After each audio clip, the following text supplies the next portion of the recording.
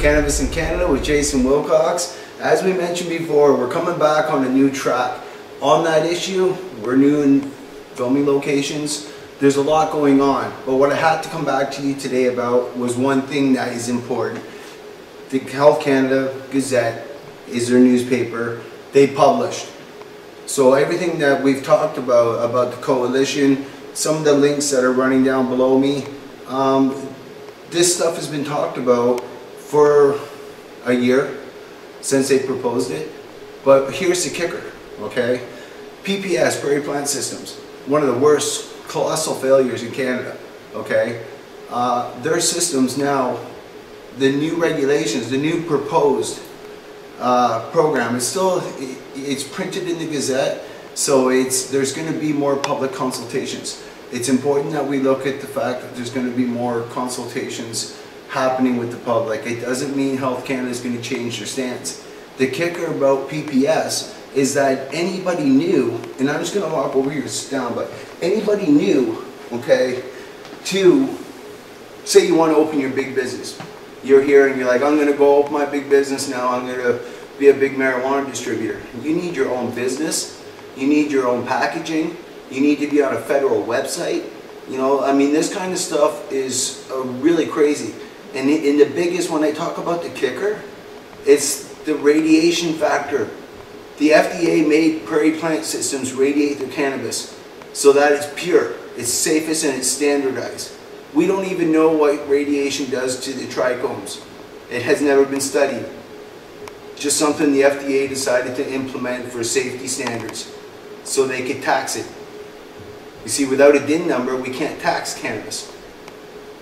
So I don't know how they're planning on doing what they're doing, but I'm sure they've got their little backdoor meetings going on and they're doing what they're doing. At the end of the day, personal production in Canada is going. 26,222 licenses gone. Freestyle, off the top of my head, it's over. Stand up, unite. We've got 19 regional representatives from coast to coast. We've got 1,500 coalition members. I've been talking about this stuff for a month on the internet, burning myself into the ground, and this isn't about me. This is about personal production in Canada. Take the plant out of our culture, my friends.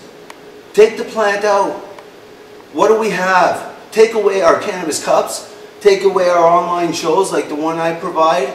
Okay? Take away all of our magazines, our pictures, our blogs. You know, what do we have? And then imagine our 420s if all we can do is go to the fucking cigar store and buy our cigarettes that are radiated cannabis. How many people are going to show up for 420 to celebrate that? Woohoo! We're legalized. No, we're not. Big business just hijacked our fucking culture. That for 20 years, I personally, for 10 of those years, have not been growing and fighting the federal government and fighting the police, suing them, taking them to human rights, spending money I don't got, stressing my body out, simply so that they can come hijack and take my right to genetic research, therapeutic value of growing my plants, and my God-given right to cultivate and consume what I choose. Not to mention that it's a Section 7 right to autonomy in Canada. It's an internationally recognized right to autonomy. This is no game. It's time we wake up and unite. I don't care if we didn't get along in the past. I don't care who you are, what group you're from. You know, it's time that we just say, hey, water under the bridge. Throw the rocks under there, because you know what? Even you industry, hydroponic companies out there, all little small guys, do you really think big business is going to come to you for your little shop? They're going to go to the wholesaler or buy from China. Open your eyes. This affects Canada's industry. Now, I don't mind patient option. I don't mind the fact that there's up there. I do mind the radiation issue. But I don't mind the fact that they've got big business. There's a thing called patient choice. That's where the right to autonomy comes in, my friends. You have a right to put in your body whatever you feel medically helps you. And I believe that that right should constitute, if you can grow it, you should be able to consume it. Why is it we can still make beer, we can still make wine, but yet we can't make our own cannabis? And the weak-ass arguments of mold, fire, I've went through this 100 times in other movies. Mold and fire is not a factor. Okay, if the quality of air in the room and the equipment being used, I mean, the quality of air is one thing for the mold, is better in the grow room than it is in any other part of the house. You know, well, how many women have fucking 30 plants upstairs in their bedroom or upstairs in their living room? You know, 30 plants, they don't get mold. What is the cannabis plant the only plant that gets spontaneous mold?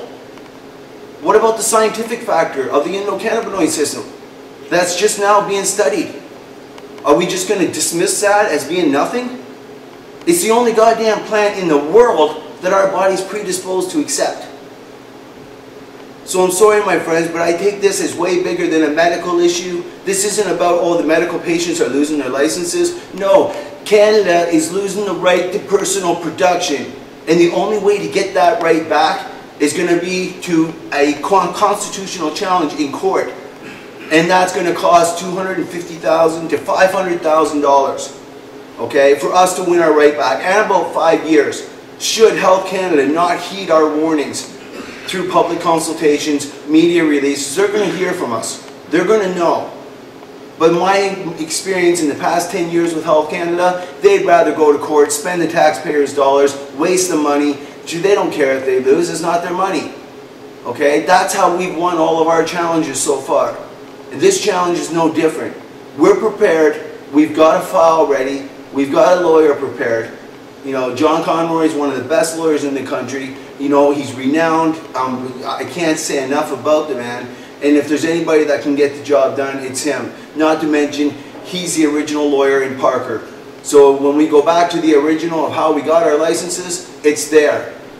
What I found out about Parker too, for those that don't know, in Canada, Terry Parker had 2 trials. The first one, he won the right to use cannabis. Okay, he was given an exemption, but the judge agreed it was protected under the charter. In his second charge, it was about his plants. 10 years later, he had plants on his balcony. It was a cultivation charge. Now, I could never figure out, how did it not become a constitutional right to also cultivate what I consume? I found out that the CDSA was enacted during Parker's second trial. And somehow, I don't know how, any lawyers out there want to explain it, because the CDSA kicked in, Parker's second charge of cultivation got changed to possession. Hence, the judge just re-awarded him, you have the right to medicate legally. Okay? And that's how that happened. So we got screwed in that issue that we cannot go for the way it was done with the CDSA. It eliminated our ability to get in there and be able to argue the personal production. And this is why in 2001, the Medical Marijuana Access Division told us they were going to phase out the licenses when they had a reasonable supply. As I've said in other videos, I would argue a reasonable supply is not prairie plant systems. A reasonable supply, okay, or a reasonable program is certainly not an unconstitutional one. Okay, that's been ruled in multiple jurisdictions, multiple judges, superior court judges in different provinces. I mean, what does it take? And now we're just going to hand it over? Wake up, Canada. Let's get together, let's unite, and let's take the fight back to them. Because you know what? It's that time. Washington State, I don't want Canada to be Washington State where we can go in a cigar store and buy an ounce of weed and walk outside and say, woohoo, we're legal. Well, what about the guy who wants to grow 6 plants at home? Why is he a criminal? That shit's backwards. I didn't fight this long, as I said, and I know y'all didn't fight this long. I love y'all, man. I respect y'all. We built a nation of growers. You know, I mean, international. We've got people all around. All my friends in England, my friends in the Netherlands, in Spain. You know, it's great. But the battle is here. The footprint's been laid in America. They're phasing out fucking grow licenses for patients in Arizona.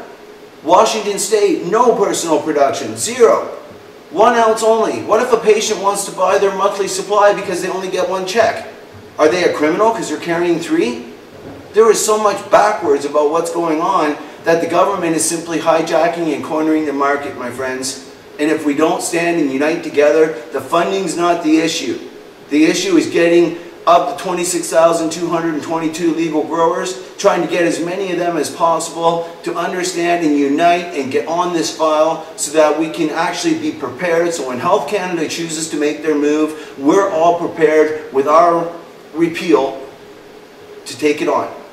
It may take 5 years. Patients may need to suffer for 5 years. But when it's over and the dust settles, it will be a constitutional right to grow your freaking plant in Canada if it's for personal consumption.